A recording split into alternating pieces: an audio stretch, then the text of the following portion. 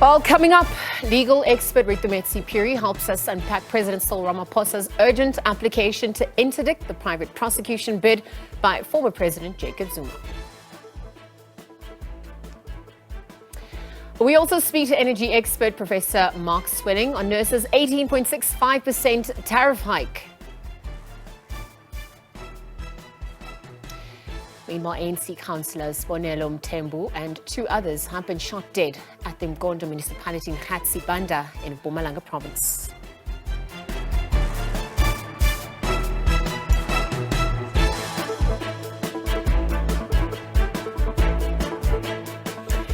Well, very good afternoon. If you have just joined us, we are live from our studios in Auckland Park, Johannesburg. You're watching the Week in Review. It's the program where we take a look at some of those big stories that have been making headlines and, of course, getting South Africans talking. I am your host, Diesel Wilson. Let's get straight into it.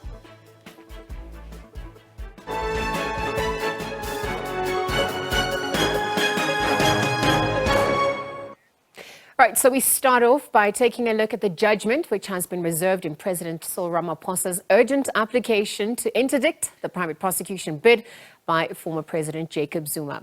The Johannesburg High Court on Tuesday heard arguments from various lawyers representing the president as well as his predecessor and the National Prosecuting Authority. Zuma is accusing Ramaphosa of failing to act against prosecutor advocate Billy Downer for the alleged disclosure of his medical records. Lawyer for President Cyril Ramaphosa, advocate Nwako Maineche, has argued that the president's rights would be trampled upon in the private prosecution bid launched by former President Jacob Zuma, adding that the head of state has a right not to be hauled to a criminal court as per the summons issued by his predecessor. The president approached the court to halt Zuma's private prosecution bid despite his initial stance that he could ignore the summons, which was described as invalid and unlawful. The court heard that the law provides the president with protection over what he says is unlawful prosecution. Now, when he says, go to that court and plead, you have a right. Of course we have a right to go to that court. But we also have a right to assert our constitutional rights and say we cannot be hauled before an unlawful private criminal proceedings. We have those rights.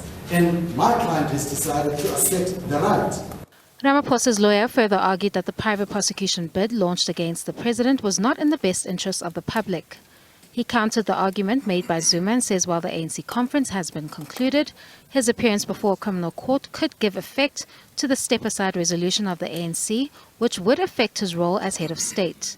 The step-aside rule, in fact, continues to apply. So if he is hauled before the criminal court, those of his detractors in the organization, including for present purposes, in this context, the first respondent will say, well, now you are criminally before a court. Now you must step aside. But you step aside not only from your ANC position, you step aside from the national position as president. So the impact is not just on the immediate interests of the president, but it transcends into the interests of the public. Advocate Dali Mpofu, who is representing the former president, has however argued that Ramaphosa would not suffer any harm by appearing before a criminal court next Thursday as per the summons. He says the president would have an opportunity to ventilate his case in court, adding that the inconvenience of appearing before court is one suffered by all individuals charged, as is the case with the president. What we have here is a simple pedestrian charge. A person who has been charged, who must just come to court and say their piece. But this one, because they can afford it, even has another avenue in Part B to say their piece. Mpofu also argued that there was no basis to Ramaphosa's claim that his appearance before a criminal court could potentially give effect to the ANC step-aside rule. He says that the matter is not urgent as alleged by the president, as he did not launch the legal action when he received the summons on the 15th of December last year. The president approached the court on the matter almost 2 weeks later. Mpofu further submitted that the NPA attempted to shield the president when it issued a statement saying that President Ramaphosa was not named in the docket when the Nale certificates were issued, a claim the NPA refuted in court. I imagine the news headline will be NPA shielding the president. My Lord, we respectfully submit that there is no factual and legal basis for making such an insinuation. And even if one has a careful look at the papers, there is no evidence to back up that. I submit that is echter bespiegeling. It's pure speculation. Yes. Judgment is expected to be handed down on Monday. Kani Mapanga, SABC News, Johannesburg. All right, so for more on this, we're joined by legal expert Ritumetsi Puri. Good afternoon. Thank you for joining us here on the SABC. Oh, good afternoon, Lisa. It's a pleasure to be here. I think on the back of everything that we've just saw in the package now, perhaps you can contextualize, what the legal woes and battle is all about. Walk us through that. Yeah, I think in a nutshell, the battle this week related to the president trying to temporarily stop his private prosecution by Mr. Zuma, pending an application that he will bring to review the issuing of those summonses against him, as well as the no prosecution certificate, the null prosecute certificate. So that's really what the battle is about. It obviously stems from the fact that Mr. Zuma issued a summons wanting to prosecute the president for being an accessory after the fact in respect of the disclosure of Mr. Zuma's medical documents as part of his criminal trial. President Cyril Ramaphosa reiterated in his court papers on Tuesday that the former president's attempt to privately prosecute him is flawed. And I wonder how you would weigh in on that argument. I think it's a strong argument. I think you can look at it from a number of bases. I think firstly is actually the charge itself and the crime he's alleged to have committed. It stems from the fact that President Ramaphosa, when he got a complaint from Mr. Zuma relating to the disclosure of these documents, actually directed that complaint to the Minister of Justice and basically advised that he also gets in touch with the Legal Practice Council to deal with what he termed a serious complaint. I don't think that could ever be a crime because for a crime of accessory after the fact, you essentially need to intend to help somebody conceal a crime. And I think the president's conduct in that particular instance could never be construed as a crime. And also it was conduct that he could not do anything further because of the way the Constitution is set up and who investigates crimes, etc. And then secondly, I think the big question, and which became a source of contestation during the court hearing, was the actual null prosecute certificate, because it's an important prerequisite to have for any private prosecutor if he's going to prosecute anybody privately. So the question was, did that certificate actually extend to the president, and was it a basis upon which Mr. Zuma could have actually issued that summons to prosecute? So I think on both those aspects, I think it's particularly problematic for Mr. Zuma. When we look at what transpired this week, what really stood out for you? I'm also looking at the way things unfolded and the conduct within the courtroom itself. I think the important thing is that this certificate is going to take center stage. Okay.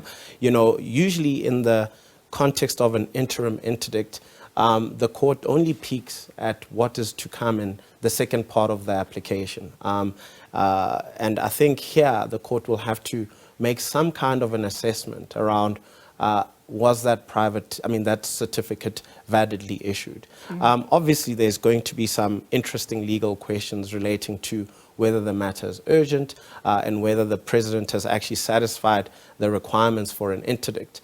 And I think there really the question will be, has he got, will he be able to, has he suffered harm that's irreparable?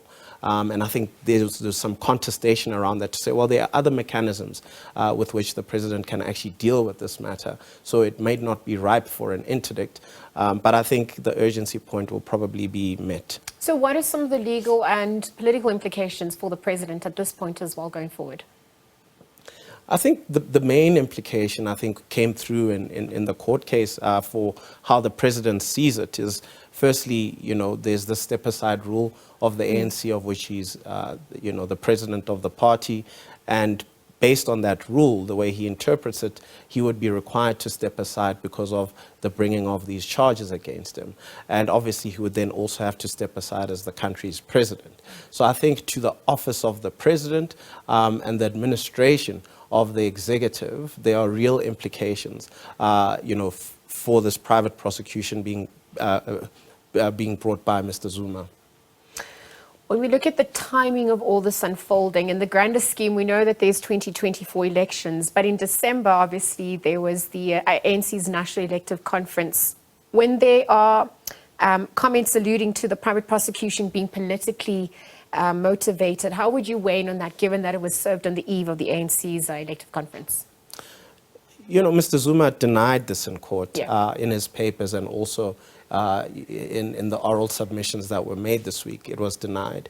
But I think, one has to assess that, this complaint to President Ramaphosa was made at least a year before this private prosecution was brought, and the question is why. And there hasn't been a response other than to say they were waiting for the nolle prosequi certificate, and the lawyers then had to work through their other matters because they couldn't immediately attend to it.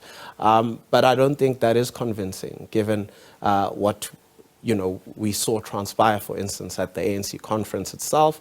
And I think, Mr. Zuma is quite a clever strategist. He has used legal processes for political ends, and I think this is probably one of those instances this is what we're actually witnessing as well. All right, so there are lots of questions in the balance, and obviously everyone is watching to see what's going to unfold. Thank you for your time. You're the SABC, contextualizing what's happened this week. We heard the judgment having been reserved in President Cyril Ramaphosa's urgent application to interdict the private prosecution bid by former President Jacob Zuma. Ritumetsi Piri, legal expert, weighing in on what transpired this week. Again, thank you to him for his time.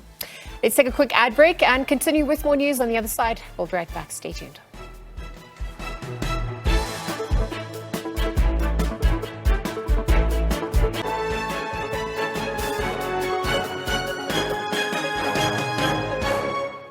Welcome back. The Week in Review continues. In other news now, Parliament's Portfolio Committee on Public Enterprises has called for an urgent meeting with Eskom management. It wants to be briefed on how the utility plans to deal with the load shedding crisis in the country.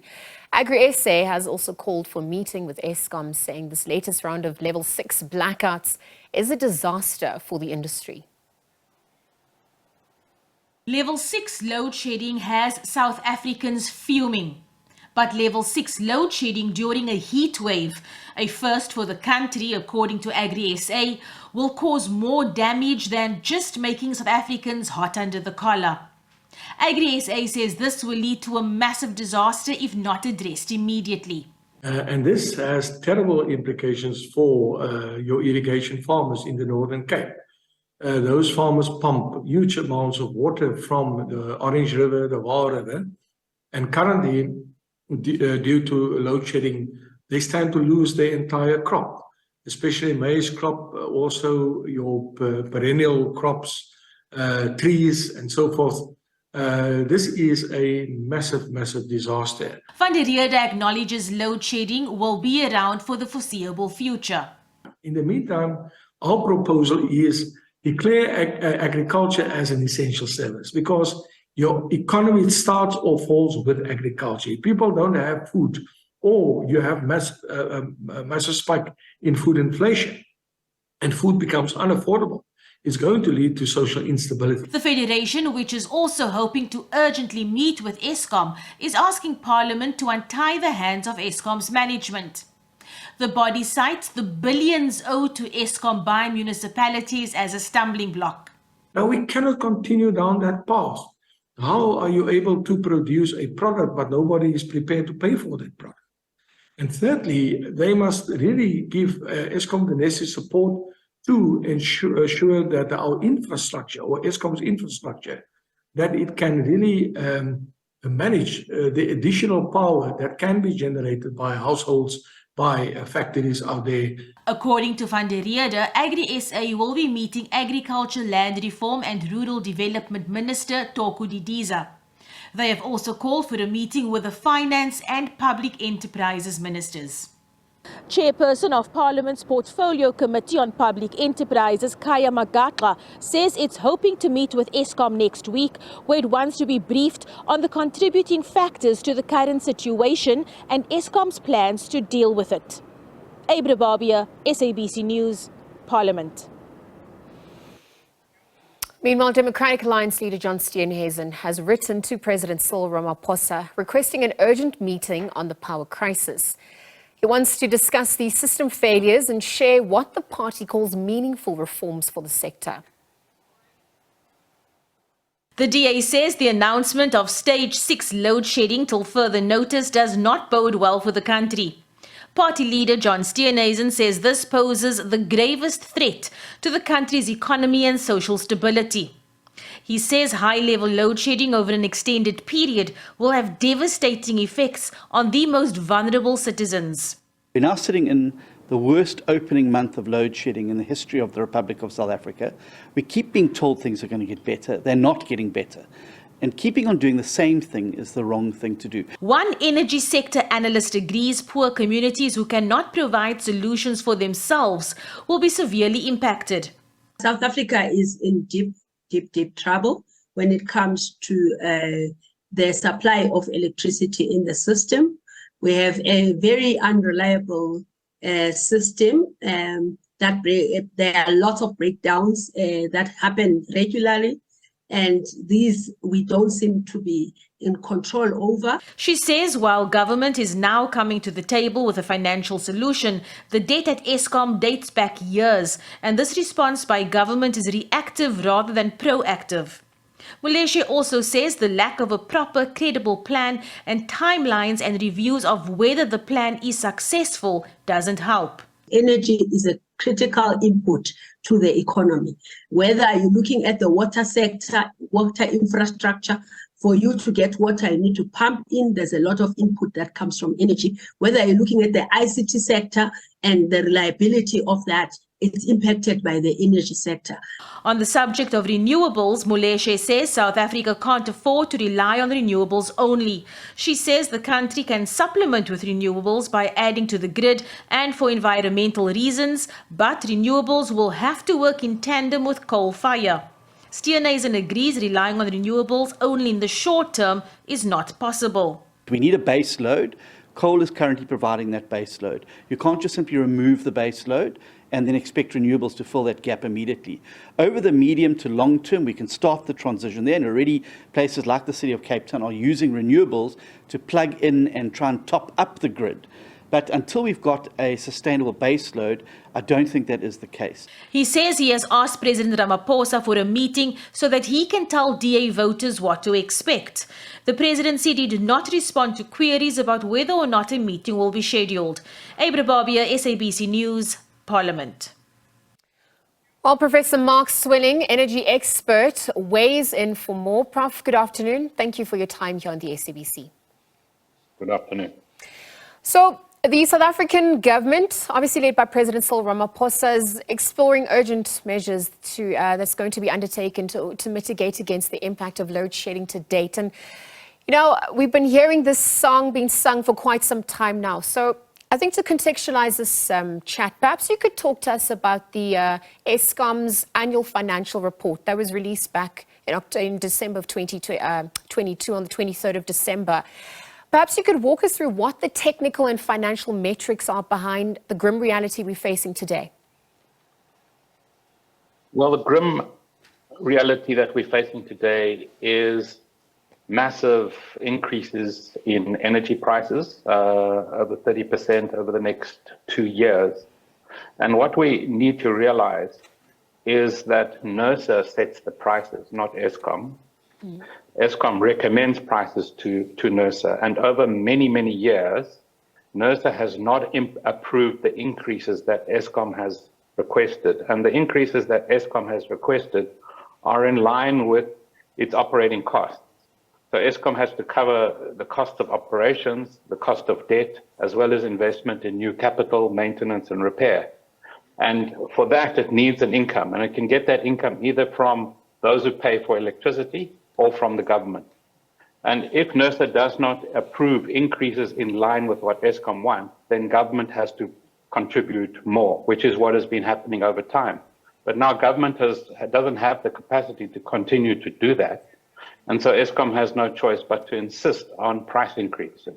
And now NERSA, for the first time, is really starting to agree that these prices that the prices are too low and they need to be increased above inflation in order to keep Eskom afloat. That's basically the factual situation.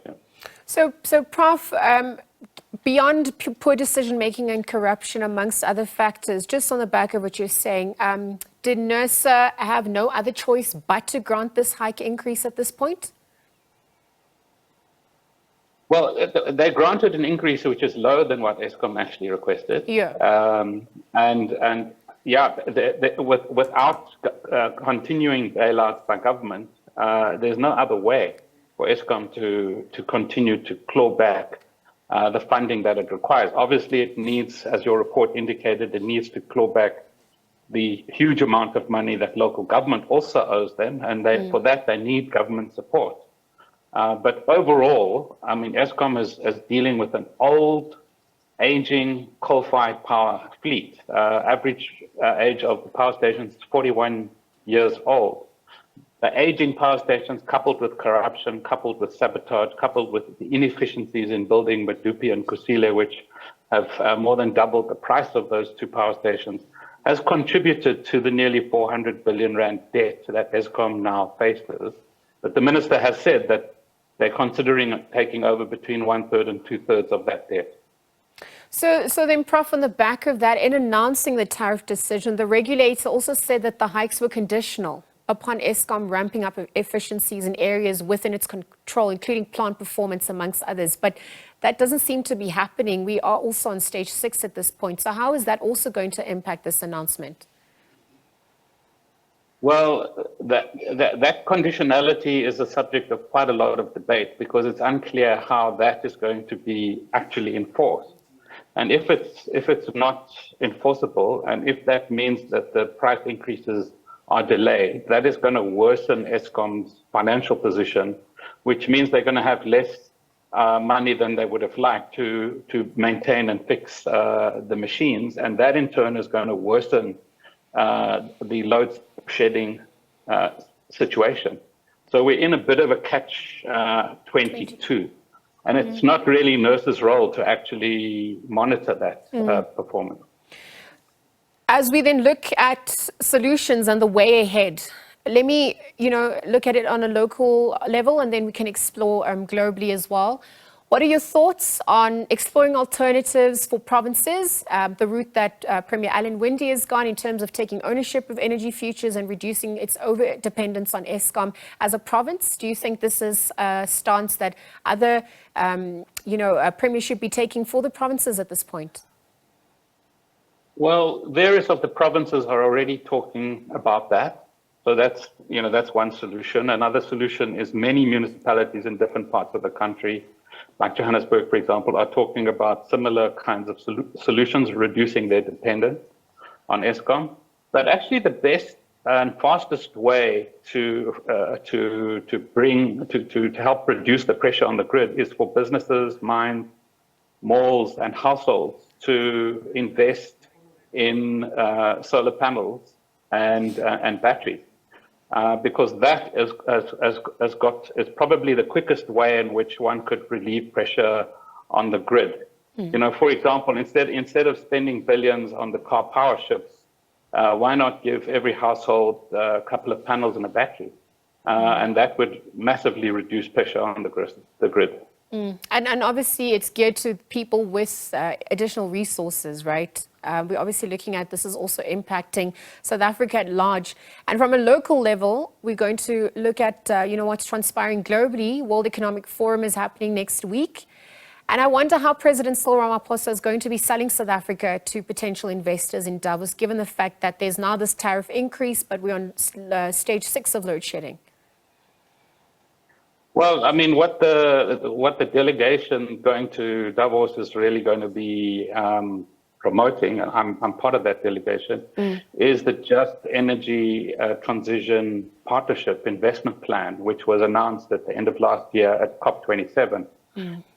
And that plan is really one of the first in the world to outline what it's going to take to accelerate the decarbonization of a global South economy and what it's going to cost to get there. And that's really impressed a lot of the more well-informed people around the world who are worrying about climate change, decarbonization, and the financial costs of the energy transition that must take place, which is already taking place on a massive scale, but needs to be accelerated. So I think that's going to be the kind of front piece of what the South African delegation is going to be talking about.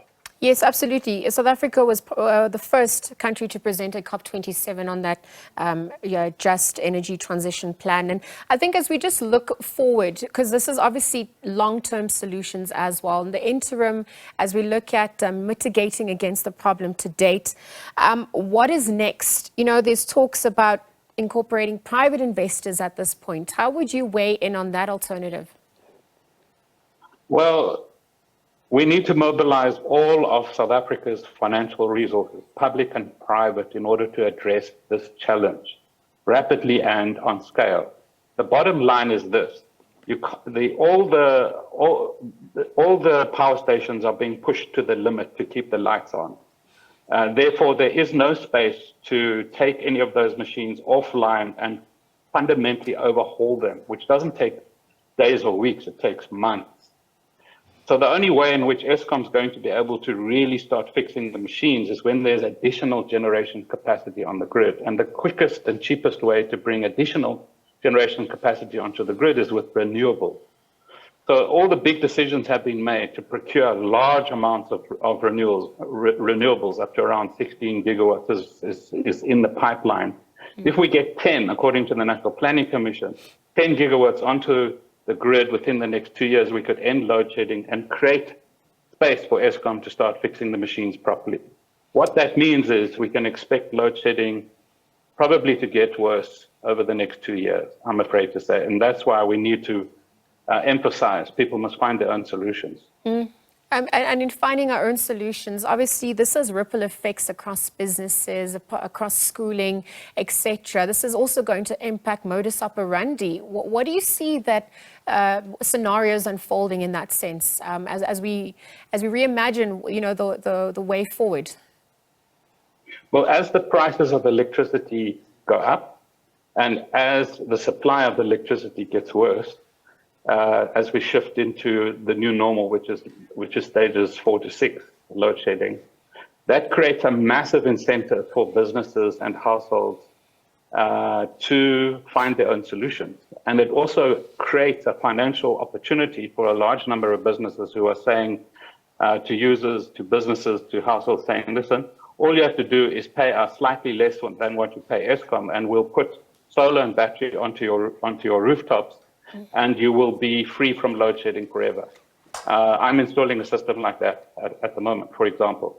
So that's the kind of opportunity that's going to emerge. It's going to create a lot of jobs. It's going to create potential for manufacturing. And that, together with the big utility scale renewables that are going up, plus battery storage, we actually are getting forced into a kind of disorderly energy transition. We could have had a more orderly one if we had started maybe 3 years ago. Prof, thank you for your time here on the SABC and for weighing in on the back of the energy crisis that is currently transpiring in South Africa. The South African government, led by President Cyril Ramaphosa, is exploring urgent measures that can be undertaken to mitigate against the impact of load shedding. That's obviously happening in and around the country. Mark Swilling, professor and energy expert, weighing in on the back of that. Thank you to him for his time. Let's leave that conversation there, take a quick ad break, and continue on the other side with more news and updates.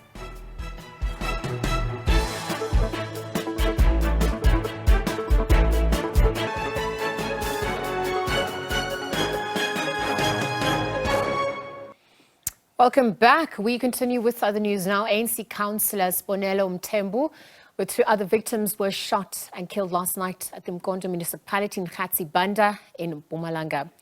The 36-year-old Mtembu is the second councillor to be killed in a space of 2 months. In November last year, 41-year-old councillor Muzi Manyati was shot and killed at a fuel station in Mkondo. Police have opened a case of murder and have launched a manhunt for 3 suspects.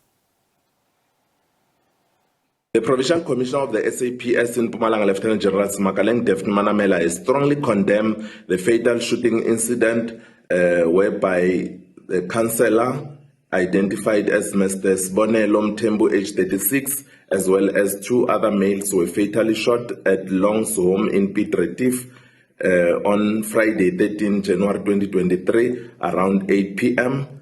3 armed suspects are said to have emerged and shot at the councillor multiple times, as well as the other 2.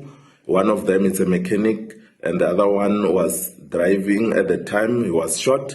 The mechanic as well as the councillor were rushed to hospital. Meanwhile, police were informed about the incident. Meanwhile, the other one that was shot inside the buggy, unfortunately, he immediately succumbed to the injuries. The mechanic, unfortunately, was certified dead upon arrival in hospital. Meanwhile, the councillor succumbed to his injuries. Moments later, police opened 3 counts of murder, and there is a team under the leadership of the Provincial Commissioner of the SAPS in Mpumalanga, Lieutenant General Zuma Manamela, which has been assembled to probe this incident, and police urge anyone with information that may assist in apprehending the suspects to call our Crime Stop number, which is 08600 10111, or send information via my SABS app. No one has been arrested. The suspects are still at large. Meanwhile, South Africa's first National Assembly Speaker in the country's democratic dispensation, Dr. Frene Ginwala, was cremated in a private ceremony today. Ginwala died on Thursday at her home at the age of 90, 2 weeks after she had a stroke. The ANC has expressed a deep sadness at the passing of Dr. Ginwala. ANC Secretary General Vikile Mbalula has described the former National Assembly Speaker as the stalwart of the party who dedicated her whole life to the struggle to emancipate the people of South Africa. The ANC dips its revolutionary banner as it mourns the passing of a great leader and architect of our democratic, non-racial and non-sexist South Africa. The National Executive Committee of the African National Congress extends its heartfelt condolences to the family, loved ones and comrades of Comrade Frene Ginwala. Dr. Frene Ginwala was a member of the African National Congress since the 1950s, serving on its National Executive Committee, heading its research department and later its archives committee. Comrade Frene served the people in many capacities. In the ANC underground in the 1950s, working with the Indian Congresses, and as a student, arranging for escape of Comrade President O.R. Tambo into exile. She followed into exile shortly thereafter and served in many capacities, including as managing editor of Tanzanian main English language daily and Sunday papers, The Standard and the Sunday News in 1969. Her commitment to the emancipation as an activist and intellectual was unparalleled. With her iconic article on women in the ANC 1912 to 1943, published in 1990, which dispelled myths about women's role in the struggle. She was a founder and the national convener of the Women's National Coalition, which mobilized women across political lines and sectors to participate in the country's negotiations in the early 1990s, drafting the second Women's Charter and successfully saw the inclusion of of the non-sexism and equality clause of the country's constitution. Between 1990 and 1992, she also served in the ANC Commission on Gender Equality and was part of the National Task Force to relaunch the ANC Women's League. As an ANC Member of Parliament, she became the first Speaker of non-racial Parliament and laid the foundations not only for the legislative arm of government, but for the human rights, constitutional and democratic ethos of our country. Comrade Frene Ginwala passed on at the age of 90 years and will be remembered as a revolutionary activist who throughout her life fought for freedom, justice and equality. Well, the ANC and Patriotic Alliance in the Northwest have agreed to continue with their coalition in the Lichtenburg-based Ditsobotla local municipality. On Monday, PA member Itumeleng Litoko resigned as mayor just hours after being elected. The party was upset after the ANC wanted the appointment of a municipal manager, saying the ANC never discussed the issue with them. A week of theatrics, a mayor elected and resigned less than 5 hours later. Her party, the Patriotic Alliance, was protesting against what they labeled blatant corruption in council after the ANC tabled the matter of appointing an acting municipal manager. The coalition of ANC, Forum for Service Delivery and African Heart Congress then collapsed. Bearing the brunt of all this mayhem are residents who say service provision is consistently compromised. Ditsobotla municipality is not doing well. We are struggling here and the service delivery is not okay. The roads are full of potholes. Everywhere you go, the dustbins are full of dirt. Even the switches are no longer working. The Patriotic Alliance, which vowed to never get in talks with the ANC again, has now made a U-turn. The mayor withdrew her resignation following meetings with the ANC. She has been reinstated as the letter was never processed in council. The mayor has withdrawn her resignation and the speaker had not yet processed the resignation in council. Therefore, the mayor is back in as the mayor. We had talks with the ANC. We found each other. And yes, we have then agreed that we will work together. The issue of the municipal manager, we've agreed that it will be taken to council so that council deals with that matter. The executive will discuss, recommend to council, and then council will make a decision on the way forward in terms of the appointment of the municipal manager. What we can confirm as the ANC is that we had a 2-day meeting with Patriotic Alliance to look into the issue and the differences that we had in the Ditsobotla local municipality. And we are coming out of this meeting in agreement that we are going to continue with our coalition agreement. Fortunately enough, the matter was never brought to the council sitting. Therefore, the mayor has taken a decision to withdraw that matter. We are also having another meeting with the other political parties who are part of this coalition agreement to deal with this issue so that we can focus now on service delivery in Ditsobotla. The other two parties have also not divorced themselves from the coalition agreement. However, while the African Heart Congress, which has one seat in council, welcomes the resignation withdrawal, the FOSG holds a different view. We supported the withdrawal of the resignation of PA, and in confirmation is that we'll also support the withdrawal of the resignation of the mayor. So we fully support what the PA did. The decision was never rigorous, and it proved that they all regret what has happened. And in the future purposes, we believe we'll work together and we'll discuss matters before people take such hasty decisions. We won't be any part of any meeting to entertain the behavior of PA. They had an opportunity to have a meeting even before they resigned, and they decided to bully us as fellow coalition partners. We will further have a meeting as Forum for Service Delivery to review the coalition that we are having in Ditsobotla. We have tabled a motion against the PA councillor who resigned as a mayor. The Economic Freedom Fighters and Democratic Alliance remain as oppositions in the council. Tebogo Phakedi, SABC News, Ditsobotla.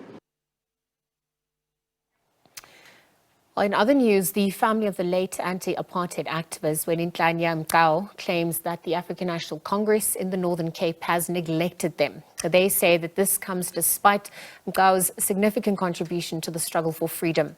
The family threatens to have his name removed from all government and ANC offices. The dejected Mqau family claims the sacrifices of their brother, father and grandfather has gone in vain. Luyolo Mqau, who is ZF Mqau's nephew, says he is only the breadwinner at home, taking care of 8 people with his meager salary. He says if the ANC is not prepared to engage the family, they will demand the name of his uncle to be removed from the government and party buildings. When you come to a town and you hear this town is named so-and-so and so-and-so actually resided in this town, and can you imagine if you have to come and actually see where he stayed, how he lived, who stays there now, what they do? The question is, what is the legacy if there's nothing to show for it? So the ANC has been getting away with this with over 15 years. Mqau, who has a district municipality named after him, was among the Appington 26. He was sentenced to death in 1985 and released in 1993. He was also the Appington mayor at David Kruiper municipality between 1995 and 1997. Every time when we go to them and ask for them, they always keep us promising us that they are going to come to us. They are not forgotten about us. So this come a long time, and now I think it's the time where we feel that enough is enough. Because as ZF Mqau is the one who started the whole ANC thing. Because here at home, at the backyard, there's a posse. They were using it for the structure for the ANC in the 80s. ZF Mqau has been described as a man of many talents. He was also heavily involved in ANC activities as a youth league leader and community activist. Ferdman was very strong and as a believer and an open person. And he always accept criticisms. He was that person. The African National Congress in the Northern Cape refused to comment. Under his name, ZF Mqau has Aubrey Bierger's Community Award. It was awarded to him by Radio Riverside for his dedication to serve the community. He died in July 2001. Thabiso Khadebe, SABC News in Appington in the Northern Cape. Well, in other news, several homes at Ritvlei in Swaneville next to Kagiso have been flooded. This comes after a nearby sewage pipe at a pump station burst, causing a dam to overflow. The recent heavy rains have also contributed to the flooding, pushing the water level further and further into residents' homes. Residents want urgent government intervention after living with the stench of sewage for 3 months now. Residents say water levels at a nearby dam have been rising with every rainfall. The inevitable took place in November last year following heavy rains, forcing some affected residents to abandon their homes. Among the worst affected is a pensioner who has had to break down his neighbor's wall to leave his house. The 64-year-old says he has nowhere to go and no money to rebuild his home elsewhere. That water was there by the dam. It came from our house. No, I'm staying outside on my houses. I'm frustrated about the house because when I'm coming out, I haven't got a place to come out. Residents marched to the office of the mayor in Mogale City to hand over a memorandum of their demands on Thursday. They claim their attempts to alert the authorities before and after the incident had fallen on deaf ears. The main problem, the pump station doesn't work. So all the sewage is in our yards. We are eating with it, we are sleeping with it. inside the houses, the toilet doesn't flush. Nothing is working. The office of the mayor says plans are underway to find a long-term solution. The proposal is that they've done the surveying, etc. Our teams are also on site. They propose that there will be like a diversion trench to take the water and redirect it to another safer area. Also to protect those houses in the area, but also to ensure that the wetland itself is also protected. The mayor is set to return to the area next week to provide an update. Balentle Mthethwa, SABC News, Johannesburg. Some pupils in Limpopo are still waiting to be placed days after inland schools opened for the 2023 academic year. Polokwane and Lepalale have been inundated with calls from parents desperate to secure placements in public schools. Long queues and frustration for some parents in Polokwane as their children are yet to get school placement. They've been gathering at Greenside Primary School in Seshego since Monday, trying to secure a spot for their children. Over 1,000 children in Limpopo are still at home and their future hangs in the balance. The parents say they are concerned because their children have already missed lessons since schools opened on Wednesday. They are calling on the education department to expedite the placement process. The challenges we're facing is that I have relocated for one. I was staying in the northwest and now I'm in Polokwane. We got rejected by 2 schools and we were on top of the list. Right now it's January. The school reopened on the 11th. My kid is not at school. So the problem that we are finding here is that they tell you where to take your child. You don't have a choice to choose for yourself. As long as they give you they place the child where the child is staying. So it's also really like frustrating. Our kids are not having schools. I don't know. It's just frustrating for us as parents and also the kids. We always suffer every year. Every January is this drama. Meanwhile, the education department in Limpopo says it is working to ensure that all learners are placed at schools. We were inundated with a high number of parents who were at our centers, both in Polokwane and Elisras, to seek the placement of their children. For any other learner who was not registered or late application, including those whose parents have relocated to the affected districts, will be attended from Monday. We want to assure parents that we will do everything in our power to ensure that every learner is in class for the academic year 2023. Parents say the Limpopo education must introduce alternative means of application, such as online application, to ensure that learners get placement on time. They say they experienced the same placement challenges in previous years and opted to take their children to private schools, which caused them financial strain. I'm Goke Jomadao, SABC News, Polokwane. All right, let's take a quick ad break and continue with more on the other side. We'll be right back.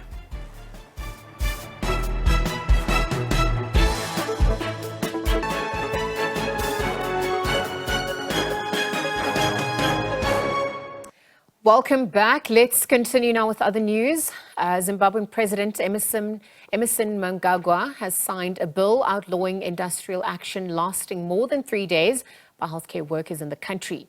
The newly gazetted Health Services Amendment Act is likely to lead to a standoff between government and unions within the healthcare sector. Thousands of nurses and doctors at state-run hospitals in Zimbabwe went on strike last year, demanding better working conditions and improved salaries. Now the Zimbabwean government seeks to clamp down on such work stoppages by classifying the sector as an essential service. The health service now is subject to restrictions when it comes to labor action, such as strike or withdrawal of labor. So it's an essential service. It's people can just go on strike at the expense of the vulnerable who would be dying in hospital. One of the key things that has been put in place is that when health workers go on strike, which they are entitled to, still, they should make sure that there is a service that covers emergencies. The healthcare workers claim they were not consulted and intend to fight this new law. Because it clamps down on the fundamental right, which I believe is for any worker to go on in the industrial action. And well, they say that we are essential services, and there's a debate about is it ethical for who suffers most? It's the patient, of course, but as much as it is every patient's right, or every human, or every Zimbabwean's right to get patient care, it's also our right to get remuneration agreed upon. Most government-run healthcare facilities are currently understaffed, following an exodus of doctors and nurses who have left the country. In the last 2 years, over 4,000 healthcare workers left the country, according to Zimbabwe's health watchdog. Now fears are that the new law will further worsen the situation. What I see, in my own opinion, is most people are going to go into private practice because people are scared. And most people are going to move out of the country because of that law. That's what I foresee, in my own opinion. Because and it also brings down the morale. That's which is not already there at the moment.